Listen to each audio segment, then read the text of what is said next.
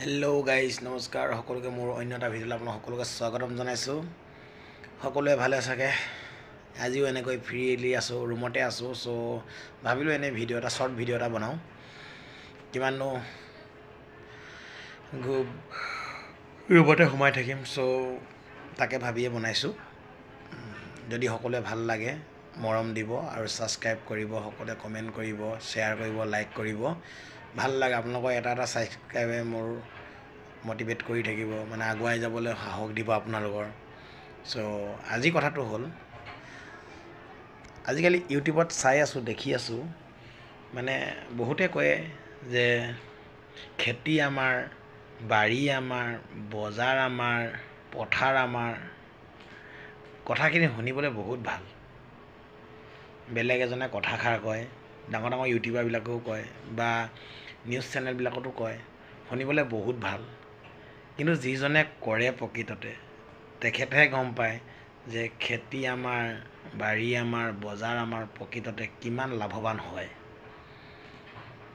আপুনি এজন গাঁৱলীয়া খেতিয়কক সুধি চাবচোন যে খেতি কৰি কেনেকৈ উপাৰ্জন কৰি চলি আছে। সেইটো কথা সকলোৱে এবাৰ সুধি চাবচোন। যিকেইজন ইউটিউবাৰ, ডাঙৰ ডাঙৰ ইউটিউবাৰে কৈ থাকে যে খেতি আমাৰ, বজাৰ আমাৰ, পথাৰ আমাৰ, এইবিলাক শুনিবলৈ ভাল। কিন্তু হাকীকতত যিকেইজনে কৰি আছে সেইকেইজনে গম পায়। কিয়নো কাৰণ আপোনাৰ যিকেইজন খেতিয়কে খেতি কৰি দিছে সেইকেইজনে সুলভ মূল্যৰ দাম কেতিয়াও নাপায়। আৰু কোনকেইজনে পায়? যিকেইজনে বজাৰত বহিছে, মাজৰ ব্যৱসায়জনেহে প্ৰকৃত লাভটো পায়।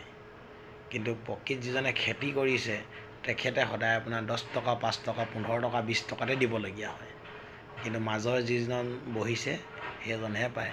আজি ধান খেতি কৰিছে মানুহে, সকলোৱে ধান খেতি কৰিছে ঘৰত, কিন্তু যিজন বেপাৰীয়ে কিনি আনিছেগৈ তেখেতে 800-700 টকা দিছে বা 600 টকা দিছে। কিন্তু তেখেতে মাজতে পাই গৈছে আপোনাৰ এক্সট্ৰাকৈ 200-300 টকা 1 কুইণ্টেল ধানত। তো আপুনি চিন্তা কৰক, আপুনি খেতি কৰি কেইটকা পাইছে আৰু যিজনে মাজত বিজনেছ কৰি আছে তেখেতে কেইটকা পাইছে। কাৰণ তেখেতে ওপৰতে পাইছে।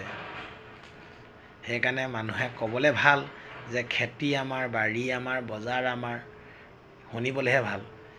কিন্তু প্ৰকৃততে কৰাজনেহে গম পায়, সেইজনকহে সুধিব যে কিমান কষ্টকৰ হয়। ধন্যবাদ। সকলোৱে লাইক কৰিব।